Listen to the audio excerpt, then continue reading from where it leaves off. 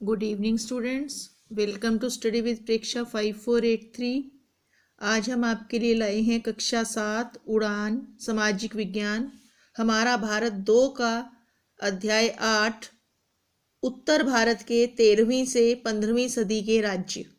इसकी कार्यपुस्तिका का वीडियो हम डाल चुके हैं। अब इसमें उड़ान का ये वीडियो देखिए। कार्यपत्रक 1। दिल्ली सल्तनत का संस्थापक कुतुबुद्दीन ऐबक था, लेकिन वह तुर्क आक्रमणकारी मोहम्मद गोरी का गुलाम था। क्या आप अपने अधीन कोई गुलाम रखना चाहेंगे? हाँ तो क्यों, और नहीं तो क्यों? नहीं, मैं अपने अधीन कोई गुलाम नहीं रखना चाहूँगा, क्योंकि यह मानवीयता के विरुद्ध है। मनुष्य द्वारा मनुष्य को गुलाम बनाना मनुष्यता के खिलाफ सबसे बड़ा अपराध है, सामाजिक भी और कानूनी रूप से भी। कार्यपत्रक 2। दिल्ली सल्तनत के वास्तविक संस्थापक इल्तुतमिश ने लाहौर के स्थान पर दिल्ली को अपनी राजधानी बनाया। किसी स्थान को राजधानी बना लेने से वहाँ के लोगों के जीवन पर क्या प्रभाव पड़ता है? राजधानी और अन्य नगरों में बहुत अंतर होता है। उस स्थान का नागरिक प्रशासन उत्तम श्रेणी का हो जाता है। वह नगर व्यापार व संस्कृति का केंद्र बन जाता है।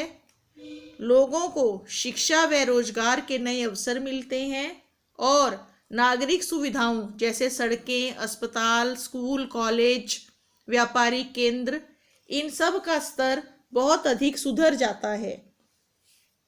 कार्यपत्रक 3।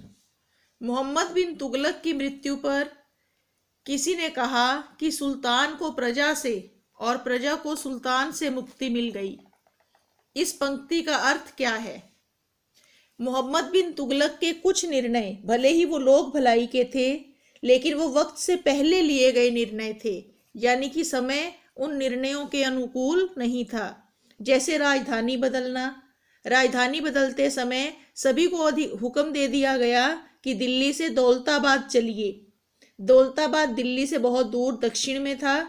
वहाँ हर नागरिक के लिए पहुंचना कठिन था। रास्ते में बहुत से लोगों की मृत्यु हो गई। इसी तरह से तांबे के सिक्के चलाए, लेकिन चांदी के सिक्कों पर नियंत्रण नहीं रखा। और कृषि सुधार करने के लिए बहुत सी भूमि किसानों से खाली करवा ली गई, ताकि उनमें उत्तम बीजों का परीक्षण किया जा सके।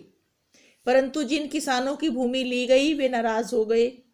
इसी प्रकार के निर्णयों से प्रजा को बहुत कष्ट उठाने पड़े और प्रजा सुल्तान से नाराज हो गई। सुल्तान ने भी अपने निर्णयों का पालन करवाने के लिए प्रजा पर कठोरता दिखाई और दोनों के बीच असंतोष पनपता रहा।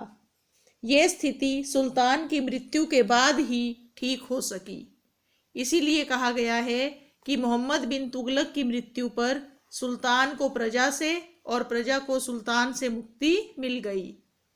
कार्यपत्रक 4। रणथंभौर के किले के विषय में आप क्या जानते हैं? रणथंभौर का किला भारतीय इतिहास का एक जीवंत प्रमाण है।